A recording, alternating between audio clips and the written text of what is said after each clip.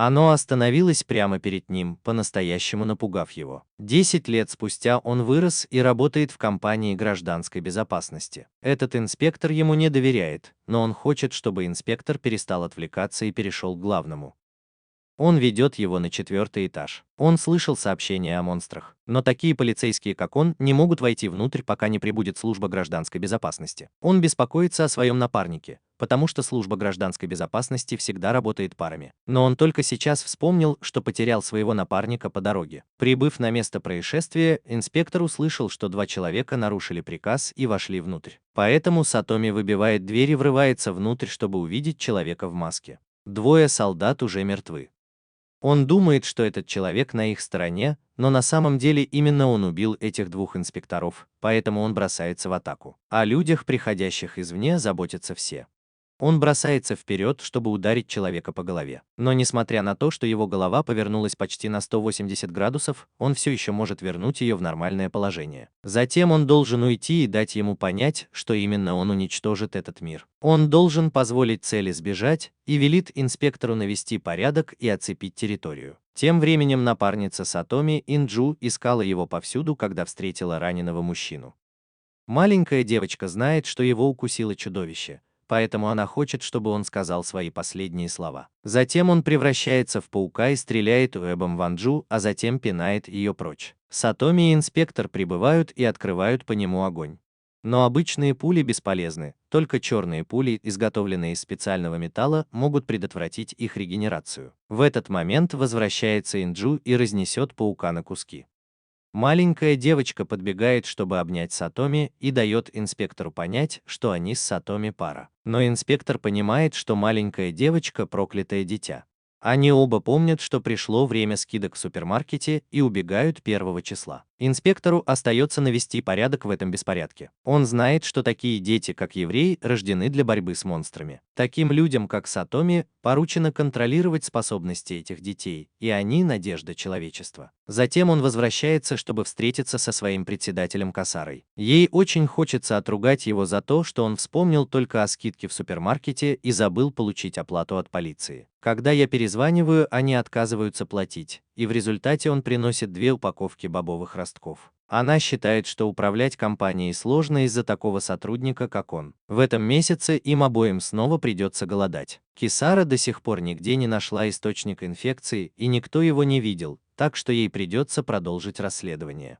Затем ей придется отправиться в больницу. Она помнит, что в прошлом он поставил перед собой цель найти своих родителей, потому что верил, что они все еще живы. Но он больше не любит говорить об этом и думает, что его родители тоже мертвы. Тогда он идет к учителю, который также является судебным следователем. Когда он приходит, она пугает его и не понимает, как он может жить, будучи таким ленивым и бесполезным парнем. Она хочет, чтобы он начал меняться, если хочет, чтобы Кисара обратила на него внимание. Кисара долгое время защищала его от своего брата и своей семьи. Но теперь он уверен, что достаточно силен, чтобы защитить Кисару в ответ. Она протягивает ему тарелку с едой, и, очевидно, никто не осмеливается ее съесть. Он пришел сюда, чтобы узнать об источнике инфекции. Она рассказала ему о механизме действия вируса монстра. Когда он заражается и развивается до такой степени, что превращается в монстра, у него появляется новая способность. Так что вполне возможно, что монстр, которого они ищут, может обладать способностью маскироваться. Но они с Инджу не позволят этому монстру свирепствовать слишком долго. Вечером они с Инджу едят только ростки фасоли, а Инджу все равно с удовольствием ест и даже хвалит это блюдо как вкусное. Он хочет, чтобы Инджу пошел и оделся подобающим образом. После еды он идет привести себя в порядок и делает Инджу стабилизирующий укол перед сном. Инджу не дает ему уснуть, не причинив ему вреда, поэтому она заходит к нему, чтобы побеспокоить его. На следующее утро они с Инджу завтракают и отправляются в школу. Инджу хочет, чтобы он чувствовал себя спокойно, потому что никто еще не выяснил, кто она такая. Маленькая девочка ходит в школу и выглядит очень счастливой, так что он чувствует себя увереннее. Он знает, что природа проклятых детей такова, что они рождаются от матерей, инфицированных вирусом, потому что они могут предотвратить развитие вируса и обрести необычайную силу. Многие люди не считают этих детей людьми. Люди были вынуждены строить столбы из металла, которые монстры ненавидят, чтобы выжить. После многих экспериментов и неудач люди приготовились противостоять им. Многие люди могут относиться к детям как к евреям, как к проклятию, но они все равно должны признать, что они являются оружием в борьбе с монстрами. Эти дети – последняя надежда человечества. Позже в школе Сатоми звонит Касара и сообщает, что Министерство обороны поручило им задание. Они оба прибывают и сразу же сталкиваются с человеком, который смотрит на них свысока, потому что Кисара слишком молода. Этот парень тоже провоцирует Сатоми, но его босс говорит ему вернуться на свою должность. Затем они садятся за стол переговоров, и генерал разрешает им уйти, потому что если это произойдет сразу после выполнения плана, им больше не позволят уйти. Позвонил глава города Токио Тенши. Рядом с Тенши находится дедушка Касары, который усыновил его. Тенши поручает им задание найти источник инфекции и забрать коробку, чтобы этот человек мог вернуть ее обратно. Касара спрашивает, что там внутри, что требует обращения к самым высокопоставленным людям, но она не говорит. Внезапно появляется человек в маске. Он встает посреди комнаты и представляется как Харука. Он вошел, убив несколько мух, которые преградили ему путь. У него также есть приемная дочь по имени Хина. Он пришел сюда, потому что хочет принять участие в этом забеге. Он рассказывает, что внутри коробки находится сокровище 7 звезд. Он хочет, чтобы они поставили свои жизни на кон в этой гонке, чтобы сделать ее более интересной. Хвастливый парень, которого мы видели ранее, бросается на него с мечом, но его отбрасывает назад, и он теряет свой меч. Даже когда в него стреляют из пушек, у него есть щит, чтобы отразить их. Он заменил некоторые части своего тела механизмами, сделанными из черного металла. Он вновь представляется как бывший солдат механизированного подразделения 787 армейского спецназа Харука из плана эволюции человека. Затем он пускает пули, встроенные в его щит, по кругу. Сатоми умудряется прижать Касару к земле, чтобы увернуться. Перед уходом он также дарит Сатоми подарок. Внезапно кто-то входит и объявляет, что председатель исполнительного совета, который был единственным, кто отсутствовал на собрании, умер, и этот человек потерял голову. Сатоми поняла, что было в подарке, и Тенши приказал им найти коробку раньше Харука, иначе он использовал бы ее, чтобы разрушить черные металлические колонны. Затем они с Андзю отправились за покупками и по дороге встретили проклятого ребенка. Маленькую девочку обвинили в краже и нападении. Затем приехала полиция, чтобы арестовать девочку, и Инджу действительно хотела спасти ее, но Сатоми удержала Инджу. Другая девочка была арестована, в то время как Инджу обвинял его в том, что он не спас ее. Чувствуя себя очень виноватым, погнался за ними, а когда добрался до места, где скрылась полиция, обнаружил, что они застрелили девочку. Его сердце было разбито из-за того, что не все сочувственно относятся к проклятым детям. Затем он понял, что девочка все еще жива, и отвез ее в больницу на лечение. После этого он ушел и случайно снова встретил Харука. Он хотел, чтобы Харука присоединился к нему, потому что он тоже считает этот город ошибкой. Он, очевидно, отказался. Так что Харука заставила Хину выйти и напасть на него. Инджу пришел ему на помощь, но Харука все равно пригласила его, достав чемодан денег, чтобы подкупить его. Он наотрез отказался, и Харука сказала, что завтра пожалеет об этом и передумает. На следующий день он узнал, что личность Андзю как проклятого ребенка была раскрыта. Учитель думал, что он скрыл это от них, но если бы это было не так, позволили бы они Андзю поступить в школу. Он пошел домой, чтобы найти Андзю, но не смог ее найти, поэтому отправился на поиски в пригород. Тенши пытался внедрить политику интеграции проклятых детей, но, похоже, эта политика совсем не помогла этому обществу. Сатоми отправилась в подземную канализацию, чтобы найти убежище для проклятых детей. Здесь живет человек, который также сочувствует таким детям, как он, и учит детей контролировать себя, чтобы их глаза не покраснели и не выдали их личность. Он спрашивал об одной еврейке, но этот человек никогда с ней не встречался. Причина, по которой он искал здесь, заключается в том, что это место находится в родном городе еврея. Этот человек посоветовал ему найти нового партнера, потому что в конце концов такие люди, как он, из службы гражданской безопасности, рассматривают этих детей только как инструменты. Но он ненавидит этот детский образ мышления, потому что за год жизни с еврейкой он превратил ее из бездушного человека в жизнерадостного ребенка, которого она любит. Это сейчас. Он извинился за то, что накричал на меня, а затем ушел, и он не верил, что Инджу мог оставить такого хорошего человека, как Сатоми. После этого он пошел на встречу с учительницей, и она заставила его осознать, насколько его мышление отличается от мышления обычных людей. Его взгляд на проклятых детей сильно отличался от других. Вот почему он был так возмущен. Затем он услышал, что Инджу вернулась в класс, поэтому он пошел проверить и увидел, как одноклассники уводят девочку. Никто не встал на ее защиту, поэтому Сатоми забрала Анджу и дала ей понять, что они больше не ее друзья и хотят, чтобы она перешла в другую школу. Он всегда будет рядом с Анджу, даже если весь мир отвернется от нее. Внезапно прилетел вертолет, и Кисара сообщила им, что они нашли заразного монстра. Они оба сели в вертолет и обнаружили, что этот паук использовал свой шелк, чтобы создать крылья и летать в небе. Вот почему многие люди не заметили этого, потому что кто бы мог подумать, что паук может летать. Инджу опустился на первое место, поэтому Сатоми сказала пилоту лететь ниже. Он спустился на веревке и споткнулся. Но Инджу после нескольких ударов чуть не убил паука и забрал коробку. Она верила, что если будет бороться и защищать своих друзей, они изменят свое мнение о ней. Затем Сатоми отправилась туда, где находилась таинственная шкатулка, и тут появилась Харука и потребовала забрать у него шкатулку. Инджу тоже был вынужден драться с Хиной. Он бросился в атаку, но его броня заблокировала это, и он выстрелил в него. Он также послал щит, чтобы прижать его к камням. Ему пришлось сказать Инджу, чтобы он бежал и искал помощи. Как только Инджу убежал, Хина нанесла ему 2 удара ножом, а Харука нанесла еще 2, после чего он упал в реку. Позже он очнулся, и Кисара была рядом с ним. Она сообщила ему, что он пролежал в коме целый день, а в конце операции у него снова забилось сердце. В коробке, которую взяла Харука, было нечто, способное вызвать монстра 5-го уровня. 5-й уровень – это самый высокий уровень монстров, когда они очень огромные и на них не влияют колонны из черного металла. И их существование может привести к массовому вымиранию, как 10 лет назад. Харука сбежала из города, чтобы начать процесс призыва, и правительству пришлось объявить розыск. Сатоми хотела пойти и остановить его. Хотя он знал, что может умереть, он был готов к этому. Касара показал ему, что Инджу лежал рядом с ним с момента окончания операции и до сих пор. Затем Тенши позвонил ему и попросил принять участие в операции по поимке Харука.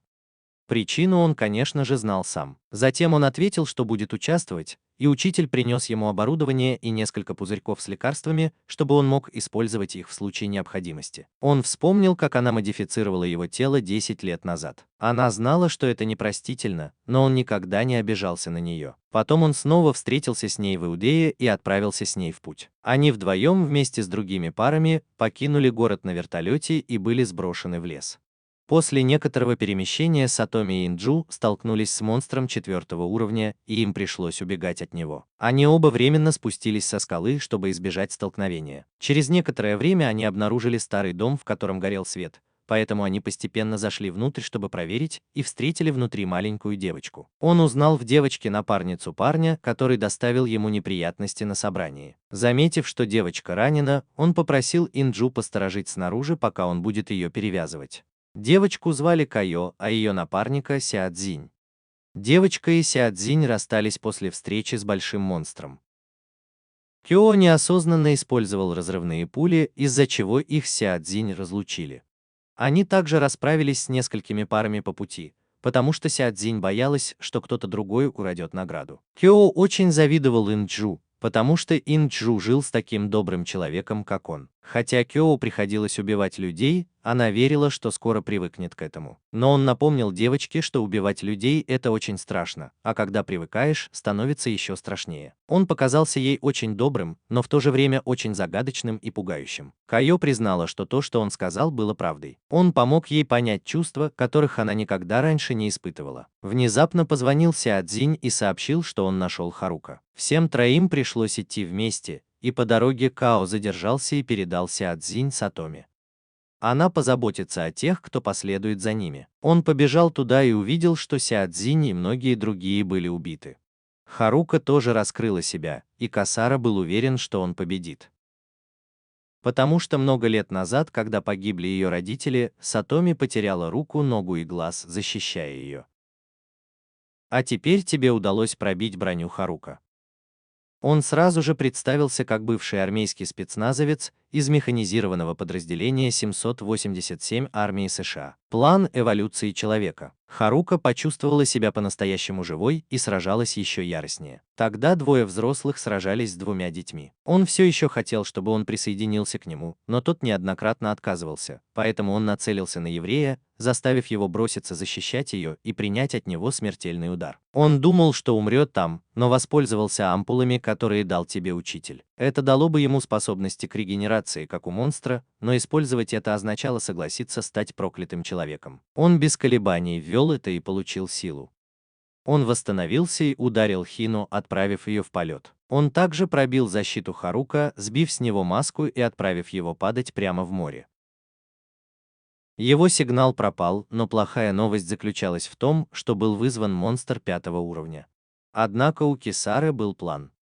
Она напомнила ему посмотреть на заброшенную пушку вон там. От этого оружия давно отказались, но его мощность была такова, что одним выстрелом можно было уложить монстра 5-го уровня. Твоя задача состояла в том, чтобы просто запустить его, в то время как команда Касары будет руководить стрельбой. Но произошел инцидент, вынудивший Сатоми пойти в склад боеприпасов, чтобы проверить, не осталось ли там патронов. Ему пришлось убрать твою руку, чтобы использовать ее в качестве заменителя патрона, но магнитное поле больше не позволяло команде Касары контролировать его. Поэтому ему пришлось целиться вручную. Затем он попытался прицелиться в объект, находящийся на расстоянии 50 километров одной рукой. Он не смог правильно прицелиться, и Джуу решил помочь тебе. Инджу помог ему вернуть тебе самообладание, а затем выстрелил. Монстр получил прямое попадание и вряд ли смог бы выжить, разлетевшись на куски.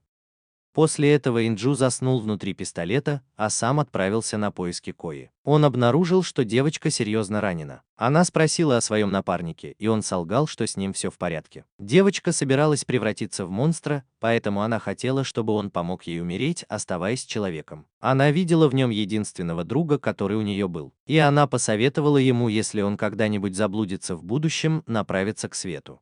Ему пришлось стрелять, чтобы покончить с жизнью Кои, а потом прилетел вертолет, чтобы забрать выживших обратно. Затем он отправился на встречу с твоим приемным отцом, который также был дедушкой Кисары. Он знал, что именно он был причиной недавних событий, и даже намеренно использовал Хину, чтобы заставить людей увидеть опасность проклятых детей. Изначально он ненавидел этих детей, потому что именно из-за них умерла его жена. Он решил поверить Ван Дзю, а затем ушел. Он не забудет доброту, которую тот проявил, но не согласится с тем, что он сделал. Затем он ушел и вспомнил, что когда он спросил Тинчи об истинной природе монстров, она тебе не сказала. Он узнал, что для доступа к секретной информации ему нужно повысить свой ранг в службе гражданской безопасности. Поэтому он решил вернуться в Энджу и продолжать жить с ней. Ты также попытаешься повысить свой ранг, чтобы узнать природу монстров и в то же время причину своего рождения. Затем он отправился к Кисаре, чтобы потренироваться в Джуу. Девочка теперь могла развивать скорость, превышающую скорость пули. Но он хотел, чтобы Андзю не била высоко ногами, когда она в юбке. Кисара видела, что он до сих пор не нашел новую школу для Андзю, но все, что нужно сделать, по-прежнему требует денег. И, кстати, Кисара сообщила ему, что Тенши нанял его в качестве телохранителя. Затем он отправился на встречу с Тенши, и она сообщила ему, что глава региона Осака приедет в Токио с визитом. Поскольку твой приемный отец выступал с речью в Китае, ей нужно было, чтобы он работал телохранителем. У Тенши уже была своя служба безопасности. Глава этой службы безопасности Такута также нуждался в твоей помощи, но он пришел сюда только для того, чтобы услышать объяснение того, почему его выбрали. Он еще не согласился на эту работу. Тенши будет ждать твоего ответа. Когда он уходил, он заблудился, и Такуда пришел попросить его отказаться от этой работы, потому что должность телохранителя принадлежала ему. Но в ответ он выхватил у тебя пистолет, что вынудило его уйти. Затем на звук выстрела прибежала охрана. Поэтому он попросил их передать Тинчи, что он согласен на эту работу. Уходя, Сатоми увидел, как группа головорезов издевается над маленькой девочкой и решил разобраться в ситуации. Увидев, что он из службы гражданской безопасности, они сразу же убежали. Он вытер девочке лицо и спросил о ее ситуации, но она продолжала засыпать. Познакомившись с девушкой, он узнал, что она относится к типу ночных сов, и ее зовут Тина. Маленькая девочка почти ничего не помнила о том, где она жила, и о других вещах. Поэтому ему пришлось дать ей твой номер телефона, чтобы она могла позвонить в случае необходимости. Она позвонила, чтобы убедиться, а потом вспомнила, где находится ее дом, и пошла домой. В тот вечер мы узнали, что Тина на самом деле была наемным убийцей, посланным из другого района, чтобы убить Тинчи. После того, как она вернулась домой, подготовила свое снаряжение и забрала оружие, ее обнаружил офицер полиции. Офицер полиции подумал, что она сбежала из дома. Но хозяин Тины посоветовал ей разобраться с добрым полицейским. Сатоми и Инджу купили кое-какие вещи и вернулись домой, заметив остатки на месте преступления, но уделив им немного внимания только перед тем, как отправиться домой. Когда они готовили ужин, к твоему дому подошла девочка и упала в обморок. По словам Сатоми, этой девочкой была Миори, дочь председателя оружейной корпорации.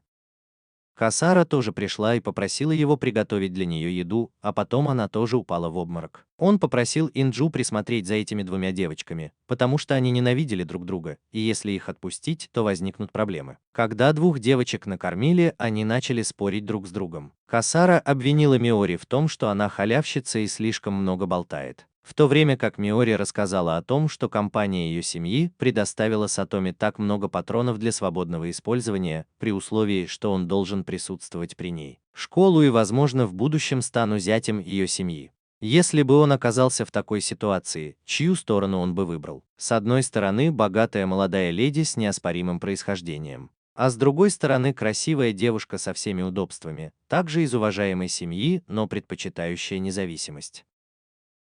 Оставь свое мнение в комментариях. Две девочки достали мечи и пистолеты, чтобы поиграть. Поэтому Сатоми и Инджу передвинули стол в другой угол. И таким образом арендная плата Сатоми снова возросла. На следующее утро он отправился к Тенши, чтобы поработать телохранителем, и встретился с председателем Осакой. Она знала, что он был знаком с этим человеком, поэтому он откровенно сказал, что он диктатор и что ей следует быть осторожной. Как только они встретились, он поздоровался с Сатоми и был удивлен, что тот все еще жив. Он понял, что уничтожил электромагнитную пушку, которую планировал отправить на Луну. Но он прекрасно понимал, что если он установит эту штуку на Луне, то будет использовать ее для угрозы другим странам. Он заявил о своих идеалах, и это заставило его подумать, что он совершенно безумен. Когда он уходил, он был рад, что Тенши не согласился с его планом. Ходили слухи, что он сотрудничает с другими странами.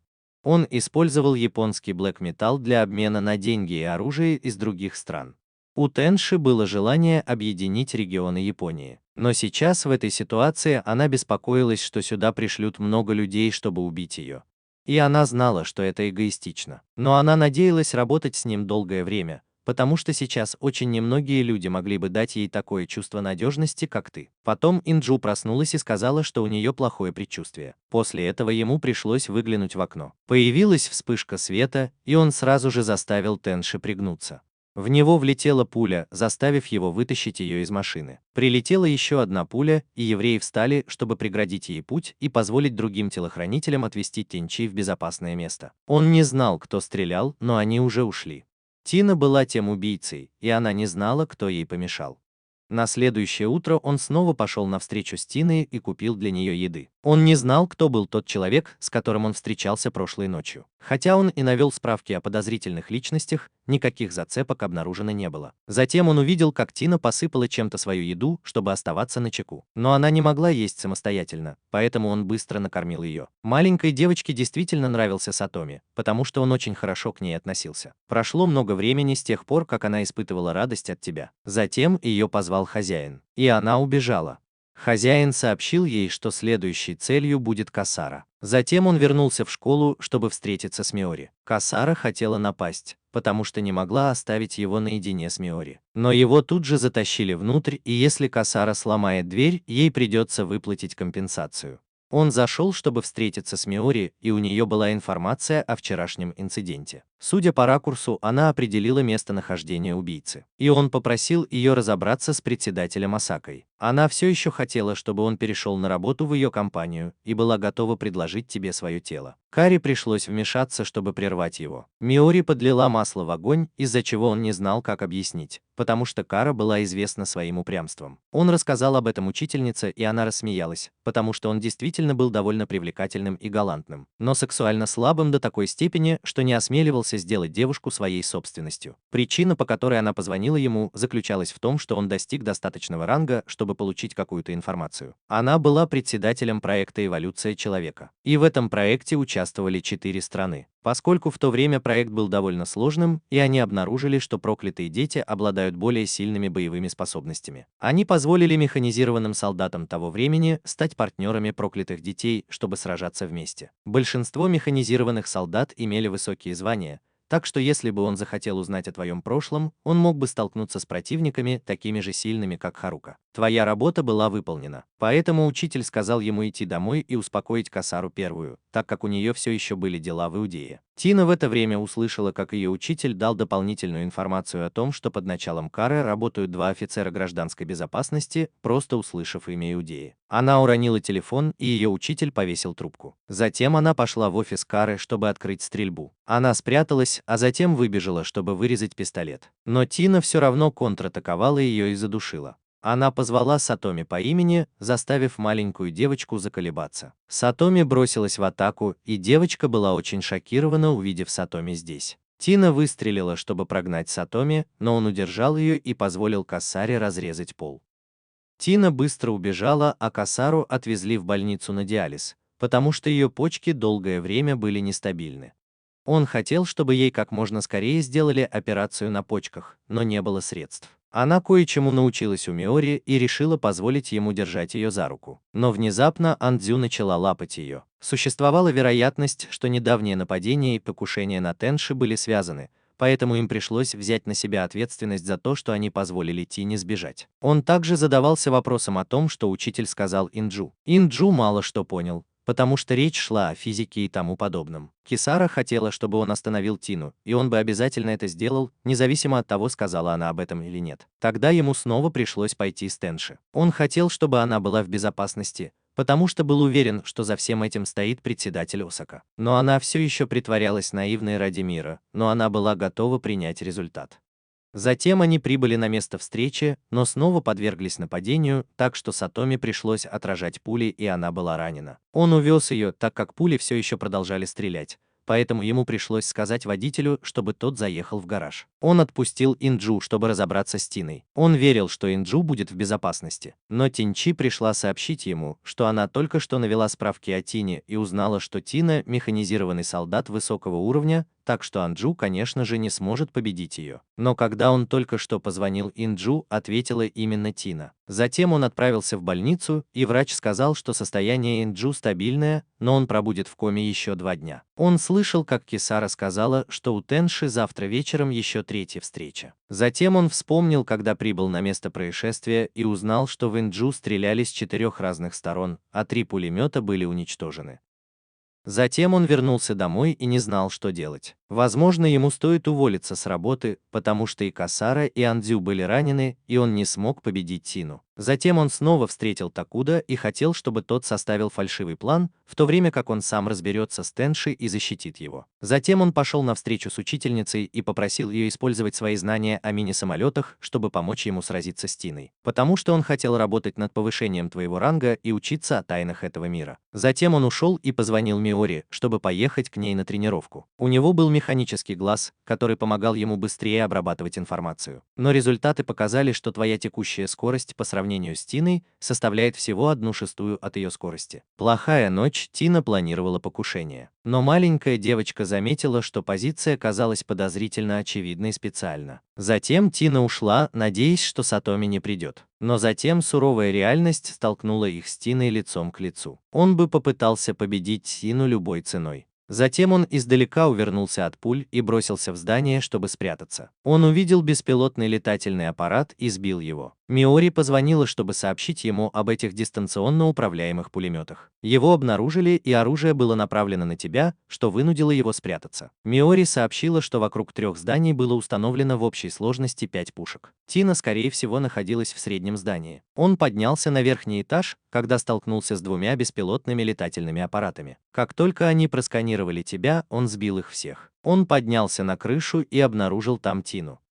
Он бросился туда и запрыгнул на крышу. Он увидел, что Тина оставила здесь свой пистолет. Миори сообщила, что Тина была рядом с тобой. Пока он следил за радаром, Тина спрыгнула сверху, чтобы атаковать. Девочка постепенно одолела тебя, и как раз в тот момент, когда он собирался вытащить бомбу, она послала вперед беспилотный летательный аппарат и бросила нож, чтобы взорвать ее, в результате чего он врезался в стену. Затем он заметил, что бомба, похоже, не взорвалась. Когда он уже собирался сдаться, голос еврея призвал Хина, и электрошоковая бомба взорвалась, временно ослепив Тину. Он воспользовался возможностью победить девушку, а Тина хотела, чтобы он прикончил ее. Но он вывел ее на улицу. Тина верила, что ее единственная цель — сражаться, а он лишил ее этого, так что ему пришлось взять на себя ответственность. Внезапно Такуда застрелил Тину. Он приказал кому-то задержать его, чтобы прикончить Тину, но Тенши прибыл, чтобы остановить его. Она покинула собрание и захотела узнать, чего хочет Сатоми. Он хотел власти, чтобы защитить тех, кто ему дорог, поэтому она повысила его до 300 уровня, что выше авторитета Такуда. Он прострелил себе палец и запретил ему снова прикасаться к твоим людям, иначе он пристрелит его за государственную измену. Несколько дней спустя он услышал, что председатель Осака ушел, и не было никаких доказательств его связи с Тиной. Затем он вернулся в компанию Кисары и обнаружил, что Андзю выздоровела, и она также наняла Тину, потому что теперь Тине больше некуда было идти. Тина надеялась на твою помощь, но он прямо сказал, что не возьмет на себя ответственность, пока она здесь. Несколько дней спустя Сатоми стала учителем для детей за пределами города. Дети постоянно говорили, что они с Андзю запланировали свадьбу и тому подобное. Но он видел Андзю только как гостью в доме. Дети задавали похожие вопросы о нем и Касае, но она отрицала, что они с Сатоми были любовниками. Позже Тинчи пришла навестить нас, но ее главной целью было найти Сатоми и сообщить, что монстры разрушают черный металлический блок, защищающий город. Но они могли бы создать замену за 9 дней. Однако всего за 3 дня квартал был бы разрушен, а монстры вторглись бы в город и уничтожили его. Ей нужно было, чтобы он сформировал команду гражданской безопасности, чтобы сражаться и выиграть время, пока они не смогут заменить черный металлический блок. Вечером он увидел 2 девочек, которые ждали его дома. Тина приготовила ужин, пиццу, а она не умела готовить ничего, кроме пиццы. Ночью Инджу заснул, пока Тина разговаривала с тобой.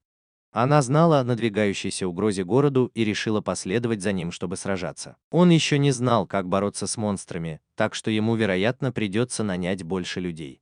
Тина будет сражаться вместе с ним, потому что он спас ей жизнь. На следующее утро Касара приехал, чтобы забрать Тину, но не смог ее найти. Затем девочка вылезла из-под одеяла, благодарная ему за то, что он научил ее кое-чему новому прошлой ночью. Все неправильно поняли, и Кисара немедленно вызвала полицию, не защищая тебя. Затем Сатоми повела Тину вербовать солдат. Он также воспользовался возможностью, чтобы вывести ее из игры. Когда он добрался до магазина одежды, одежда была слишком дорогой, поэтому он побежал вперед. Они оба поиграли у фонтана, а потом пошли посмотреть на чучело животных. По дороге они оба увидели проклятого ребенка, который к тому же был слепым. Он думал, что проклятые дети невосприимчивы к болезням, но эта девочка ослепла сама, когда услышала, как ее мать сказала, что ненавидит эти глаза. Он также видел, как люди разыгрывают злые шутки, поэтому он дал девочке денег, чтобы она могла вернуться домой. Затем девочка услышала о протестующих людях. Затем они с Тиной отправились в дом знакомых. Братья Катаджири оба знали о черном блоке и о твоих усилиях по вербовке.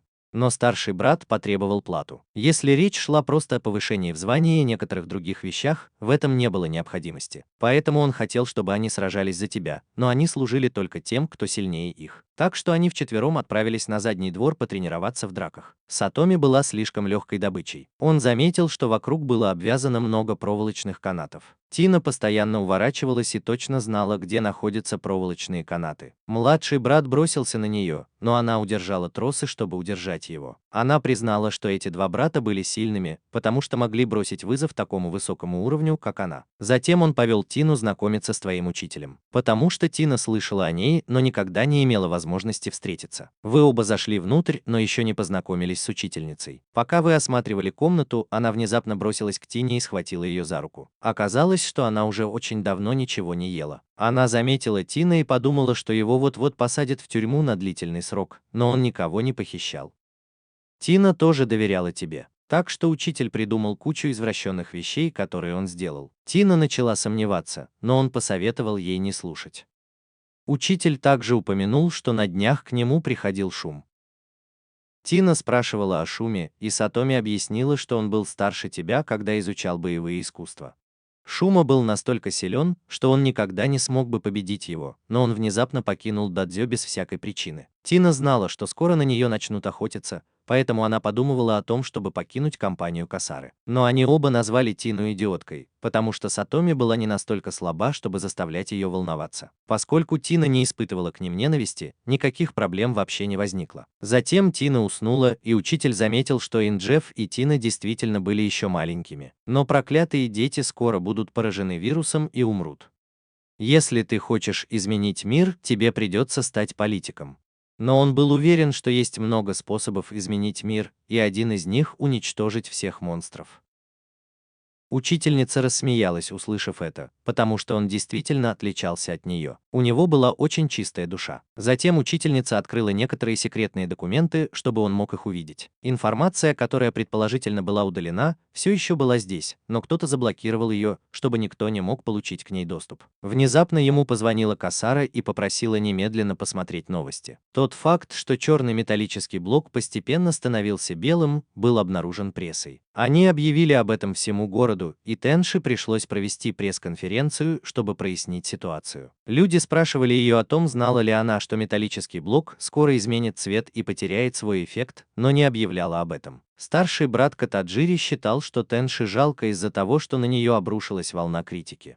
Более того, богатые люди купили все билеты на самолет, чтобы улететь, так что скоро начнутся беспорядки. 3 девочки пожаловались, что их палатка выглядит как тряпка, поэтому Сатоми пришлось быстро найти другую пару, чтобы пополнить команду и получить необходимые припасы. Они с Инджу обошли все вокруг в поисках тех, кто соответствовал требованиям. Инджу нашел пару, но он заметил, что люди, носящие такие доспехи, обычно очень боятся смерти, поэтому приглашать их на миссию, требующую риска их жизнями, было бы бесполезно. Инджу наткнулся на группу людей, одетых в довольно скромные доспехи, но выглядевших довольно странно, поэтому он прошел мимо. Он не смог найти подходящую команду. Затем они оба обнаружили группу, собравшуюся вон там. Поэтому он пошел посмотреть и увидел, что парень в доспехах был зарезан там насмерть. Они оба спустились вниз, и, похоже, там была драка, поэтому он пошел проверить, и Сатоми узнал там своего старшего Шуму. Его спровоцировал толстый парень, поэтому он загнал своего напарника в угол и позволил ему отобрать у парня пистолет. Сатоми снова пришел на встречу со своим старшим братом. Шума слышал о твоих недавних подвигах и тоже хотел присоединиться к твоей команде, чтобы сражаться. Он спросил, не был ли тот мертвый парень в доспехах, что лежит вон там, делом рук Шумы, но он ничего об этом не знал. В тот вечер Шума представился братьям Катаджири.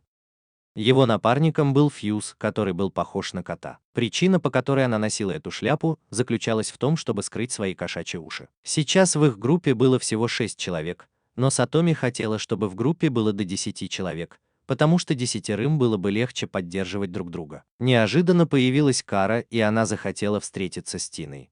В данный момент звание Тины было аннулировано, но Кара пришла умолять Тенчи, чтобы Тине разрешили продолжить борьбу. Она также была удивлена, снова увидев Шуму, но Сатоми вытащила ее наружу. Он думал, что ее болезнь все еще не прошла, поэтому пока не позволял ей бороться. Но Тина тоже пришла просить за кассу. И она также использовала свое положение председателя, чтобы приказывать тебе. Внезапно кто-то пришел доложить, что командир требует созыва собрания. Командир представился как Гаду и начал читать речь для поднятия боевого духа, одновременно объясняя свой план по сопровождению команды, устанавливающей новую башню. Но он поднял твою руку, чтобы предложить, что если им нужно сопровождать команду по установке, почему бы не переместить лагерь ближе к этому району. Чтобы разобраться с этим, легче справляться с непредвиденными обстоятельствами. Но он поддержит нас только в том случае, если сменная команда обратится за помощью. Твое мнение было почти отвергнуто. Когда он вернулся в вашу группу, он сидел в углу, чувствуя себя обескураженным. Он хотел знать, действительно ли Кисара хочет драться с тобой. Он очень боялся, что с ней что-нибудь случится. Но она также не хотела просто сидеть и молиться, в то время как он подвергал себя опасности. Они сидели вдвоем, глядя друг на друга, и Сатоми уже собирался выразить свои чувства, но тут его прервала Тина.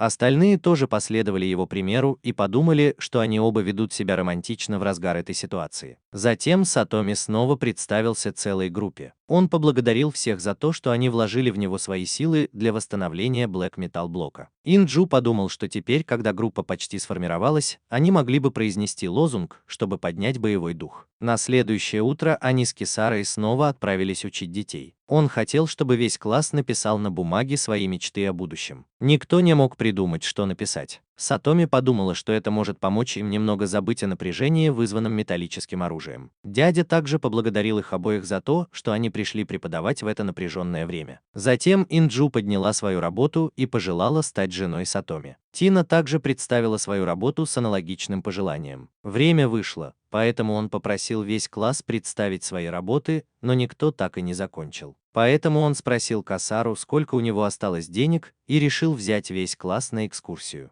Он отвез детей на поезде к статуе изначального пламени.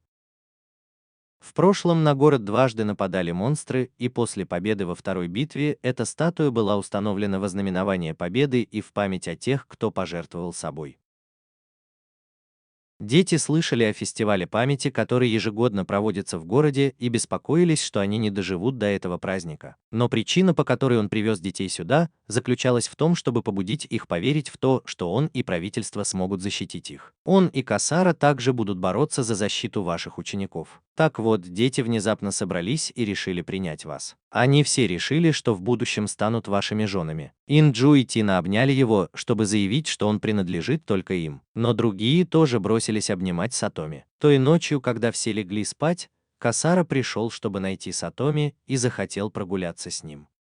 Она привела его к металлическому блоку, который сильно пострадал от эрозии. Для этого блока нужно было бы собрать небольшие блоки издалека и привезти их сюда для сборки. Но что если монстр снова выплюнет едкую жидкость? Но, похоже, с тех пор, как металлический блок вышел из строя, этого монстра больше никто не видел, так что он заподозрил, что ему нужно подзарядиться энергией. Поэтому он попросил Касару провести расследование. Затем она легла на траву и захотела, чтобы Сатоми легла рядом с ней. Она призналась, что была очень счастлива, потому что с тобой, Инджу и Тиной в компании она чувствовала себя настоящей семьей. Но это счастье вполне могло закончиться, и это ее очень беспокоило. Он поклялся защищать ее, и что он и две девочки никуда не денутся. Он держал Касару за руку, и она заметила, что сегодняшний день почти закончился. А еще через 2 дня этот металлический блок будет разрушен. На следующий день после того, как было построено убежище, в городе стало намного пустее. Но только у 30% населения было свободное пространство. Поэтому люди с подозрением отнеслись к этому плану эвакуации. Сатоми шел по улице и увидел слепую девочку, над которой издевались до этого, поэтому он побежал на помощь. Девочка извинилась перед Сатоми, потому что обещала ему, что больше не будет заниматься этой работой, но все равно сделала это. Затем он велел остальным разойтись и выстрелил. Он помог девочке и хотел, чтобы на этот раз она отправилась домой и больше сюда не возвращалась. Девочка прикоснулась к твоему лицу, чтобы написать, как он выглядел. В тот день, когда он вернулся в лагерь, он услышал, что Кисара была недовольна сегодняшним занятием, потому что без Сатоми никто из детей ее не принял. Он пытался подбодрить ее, но это было бесполезно. Старший Катаджири передал Касаре стопку бумаг, которые кто-то прислал сегодня. Это был результат расследования по поводу металлического блока, который она исследовала. Она кое-что обнаружила и немедленно бросила стопку бумаг в огонь. Сатоми попыталась поднять ее и увидела, что она связана с семьей Касары. Сатоми продолжил преподавать еще 1 день, чтобы попрощаться со своими учениками. Братья Катаджири думали, что он принесет только больше неприятностей, так как хотел взять на себя ответственность за них. Он пошел в палатку Касары, и Тина как раз собиралась разбудить Касару. Но он хотел, чтобы они оба пошли позже, если захотят. Они с Андзю оба планировали, что делать в последний день перед выполнением задания. Но когда они прибыли на место, он увидел, что вокруг стоит полиция. Почувствовав, что что-то не так, он побежал проверить и увидел там воронку от бомбы. Затем полиция забрала его, чтобы опознать тела, и все они были его учениками. Все они погибли в результате взрыва бомбы. Он вышел на улицу и встретил Анджу, которая бежала сюда. Он сказал Анджу, чтобы она шла домой, но она хотела повидаться со своими друзьями. Он велел полиции забрать Анджу, но она использовала свою силу, чтобы ворваться в дом, а затем закричала при виде этой сцены. Он мог только чувствовать себя беспомощным и ничего не мог сделать. Сатоми поднялась на крышу, чтобы посмотреть на мечты, которые студенты написали на бумаге, но все они были унесены ветром. Позвонила Касара и сообщила, что Тина успокоилась. Он знал, что этот инцидент произошел по вине тех, кто выступал против проклятых детей и ненавидел их, потому что он нашел осколки черного металла в осколках бомбы. Он не знал, за кого он и Инджу сражались и за что. Если они были теми, кто добивался справедливости, то где же она была в этом мусорном мире? Она хотела, чтобы он боролся за спасение этих людей, и они бы несколько изменили свое мнение о детях. Он находил эту работу действительно бессмысленной, но потом вся башня внезапно рухнула. Причина была в том, что они не ожидали, что сила ветра приведет к ее падению раньше, чем ожидалось. Кисара прибудет туда 1 числа, в то время как Сатоми отправилась в Калинджу. Девочка все еще была не в себе, и когда он упомянул об обрушении башни, ей пришлось взять себя в руки, чтобы присоединиться к нему в битве. Силы гражданской безопасности тогда стояли и ждали, как будет сражаться правительственная армия с другой стороны. Взрывы внезапно прекратились, заставив их подумать, что армия победила. Но танк отлетел назад, и монстры хлынули внутрь. Группа Сатоми обнаружила стаю летающих монстров, которые потенциально могли зайти им с фланга, но покинуть свои позиции сейчас было бы расценено как нарушение субординации. Однако вся группа следовала только его указаниям. Таким образом, его группа покинула свои позиции и побежала в лес, чтобы атаковать монстров внутри. Все хорошо координировали свои действия и поддерживали друг друга, чтобы никто не был в опасности. Позже он и его группа вернулись на поле боя, но монстры уже пронеслись по всему полю, не оставив после себя ничего. Оставшиеся люди также были протаранены монстрами. Он увидел командира, стоящего там наверху. Он подошел спросить и узнал, что все кончено. Среди монстров было нечто, называемое Копьем Света. Он и его товарищи, хотя и были мертвы, все еще держались за руки, и теперь он упал прямо в пасть монстра. Позже он также стал свидетелем того, насколько ужасающим было Копье Света, о котором упоминал командир. Они стреляли по всему полю боя и уничтожали все, на что падал их свет. Затем монстры внезапно повернули назад и отступили. Все, что осталось после битвы, это просто руины. Половина солдат погибла. Что касается монстров, то даже если они умрут, они все равно смогут размножаться. Боевая ситуация после сегодняшней ночи станет такой, что 500 гражданских сил безопасности против 2 монстров – совершенно безнадежное число. На следующий день он отправился в полевой госпиталь и увидел, что там работает Анджу. Кисара похвалила девушку за то, что она помогла солдатам почувствовать себя лучше. Его учительница тоже приходила сюда, и ей дали билет, чтобы она могла спуститься в приют, но она порвала его вместо того, чтобы отдать кому-то другому. Потому что люди все равно убили бы друг друга из-за этого. Она не верила, что приют может защитить всех. Она решила остаться здесь, чтобы поддержать тех, кто осмелился встретиться лицом к лицу с опасностью. Человеческие мысли обычно логичны, но действия основаны на эмоциях. Она хотела, чтобы он действовал, потому что если он остановится, его настигнет смерть. Когда он спросил об Андзю, она только пожалела друзей девочки. Но она все равно считала, что с Андзю все в порядке, потому что девочка оказалась более стойкой, чем они думали. На данный момент они не стали упоминать ничего такого, что заставило бы еврея вспомнить об этом печальном событии. Затем учитель отпустил всех 3 домой отдыхать. Все 3 прибыли в заброшенный особняк в лесу. Это было временное пристанище, которое нашел шум. Как только они вошли, Тина уже успела прибраться внутри. Это всего на несколько дней, но чистота все равно лучше. В середине лета им все равно пришлось разжечь камин, потому что пыль от черного столба закрыла небо, так что следующие несколько дней им будет холодно. Затем час было бы расценено как нарушение субординации. Однако вся группа следовала только его указаниям.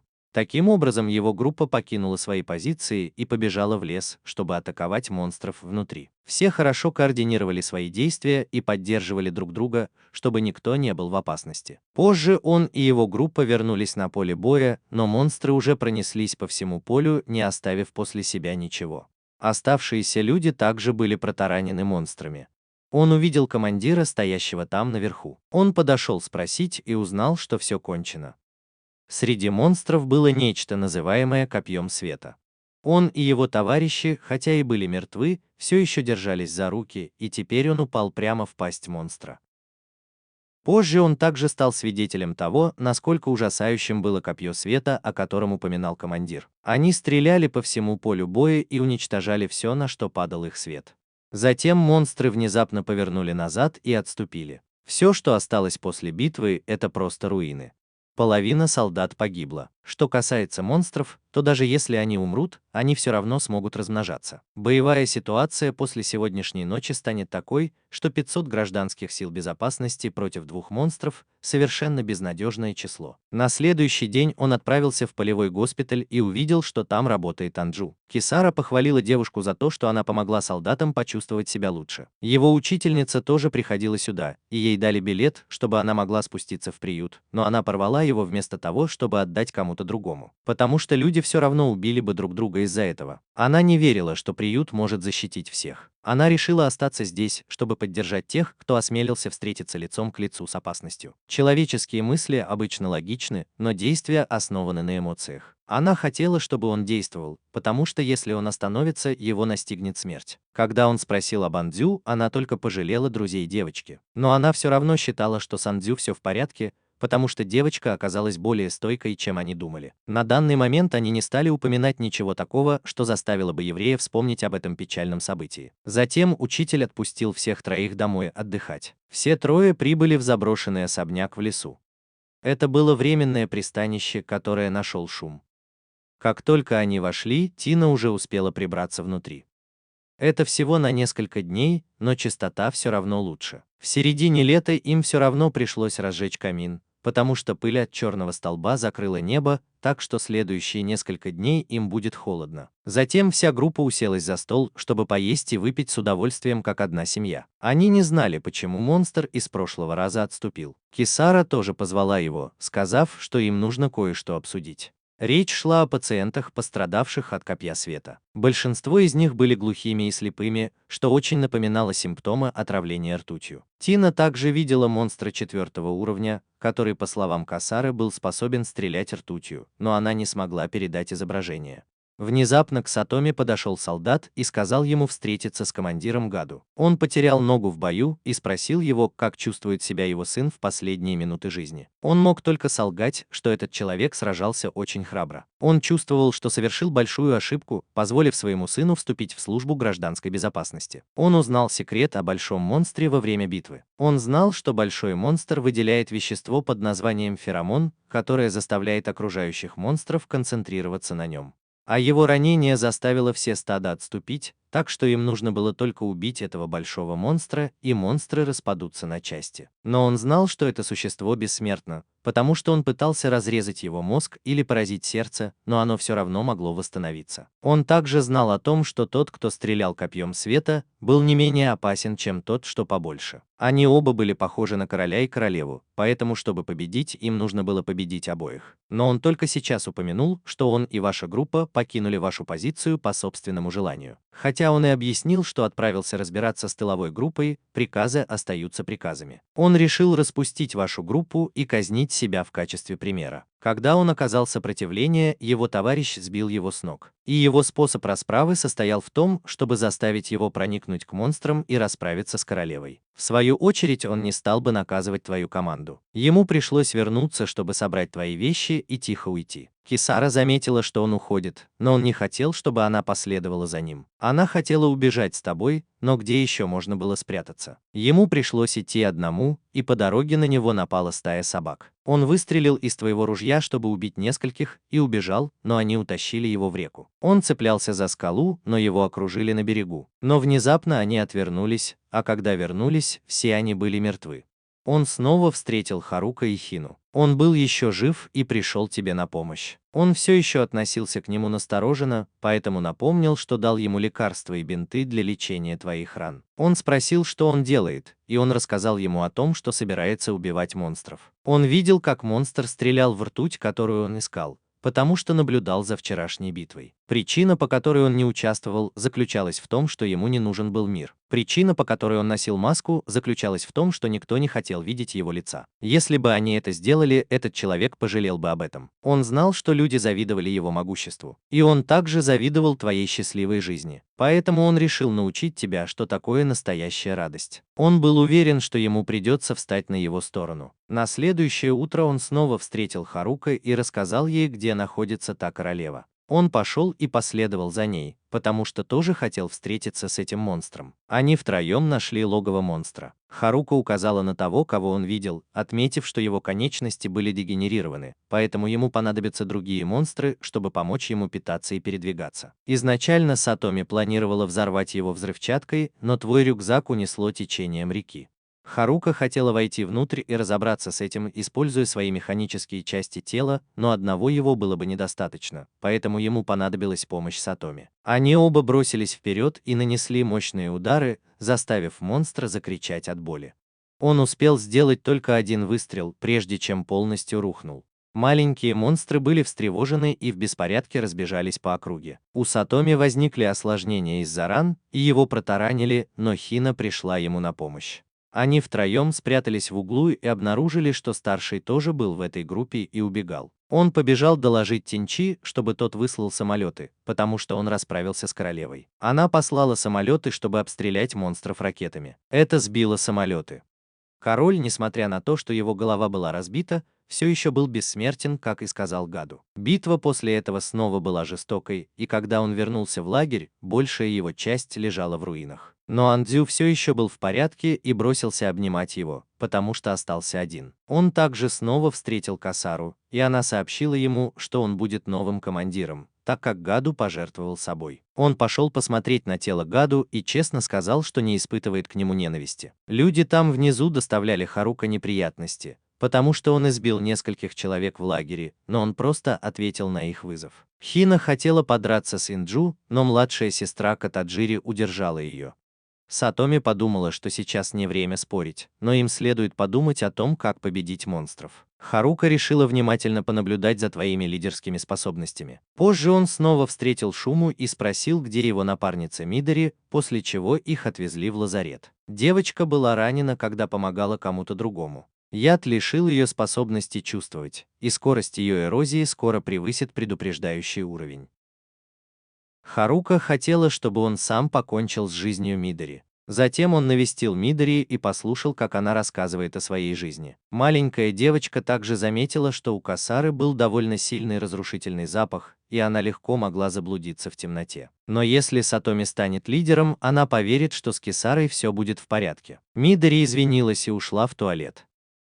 Сатоми не смог последовать за ней, и через некоторое время он вместе со всеми отправился на поиски. Но он нашел только Шуму, стоящую перед Мидори, которая умерла. Маленькая девочка выбрала смерть, чтобы не быть обузой для всех.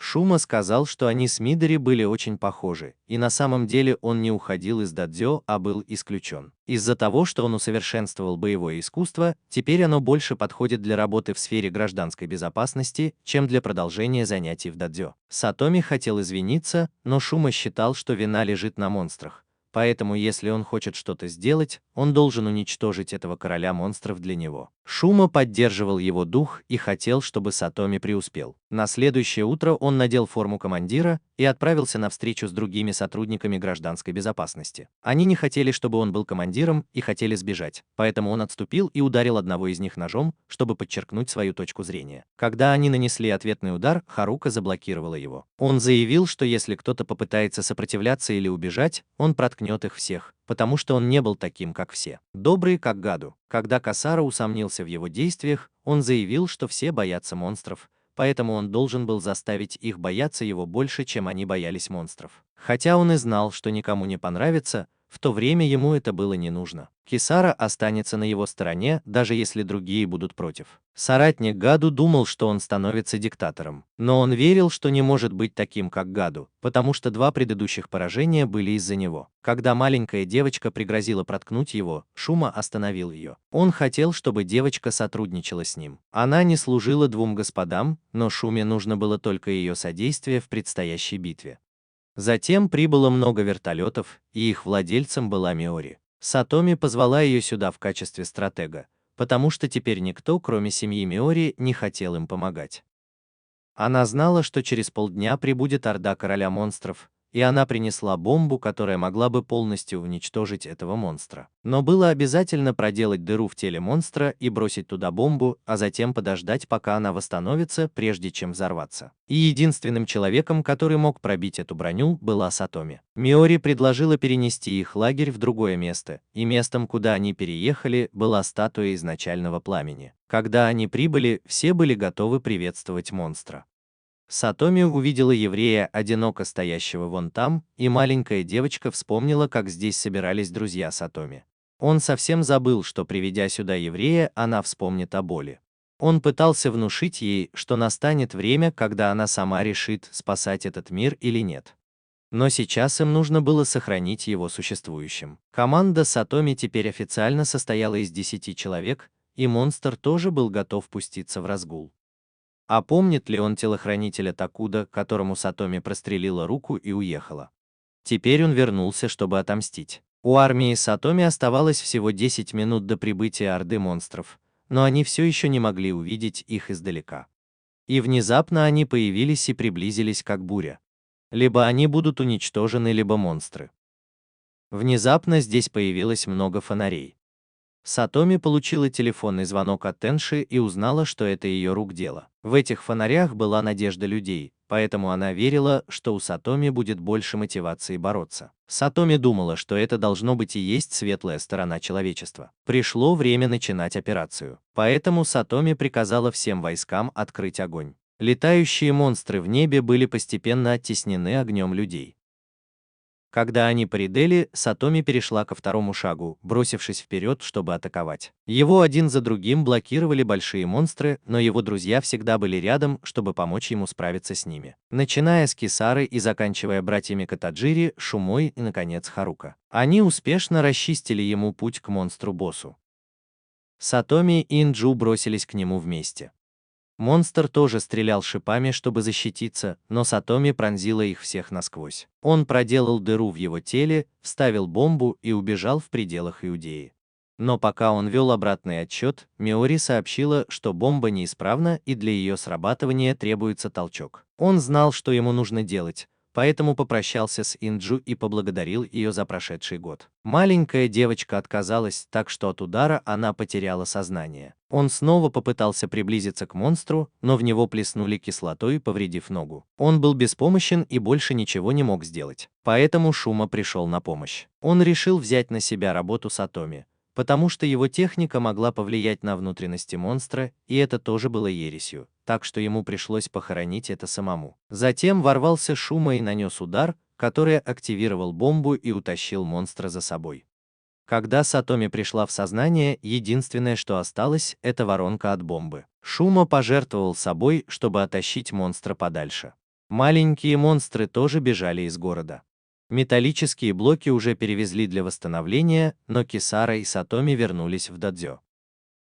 Кисара позвонила своему брату, который также был заместителем министра строительства и в основном имел отношение к строительству предыдущих металлических колонн. Кисара знала, что ее брат присвоил деньги и использовал некачественные материалы для строительства предыдущей башни. Это также означало, что он был ответственен за эту войну. Двое братьев и сестер решили сразиться на дуэли и рискнуть своими жизнями. Она использовала технику владения мечом, которую изобрела сама, и начала атаку с невероятной скоростью. Ее брат даже не заметил этого движения, когда у него отнялась одна из ног. Она хотела, чтобы ее брат рассказал правду о смерти их родителей. Много лет назад их отец планировал разоблачить темную сторону семьи, поэтому его устранили члены семьи и дедушка.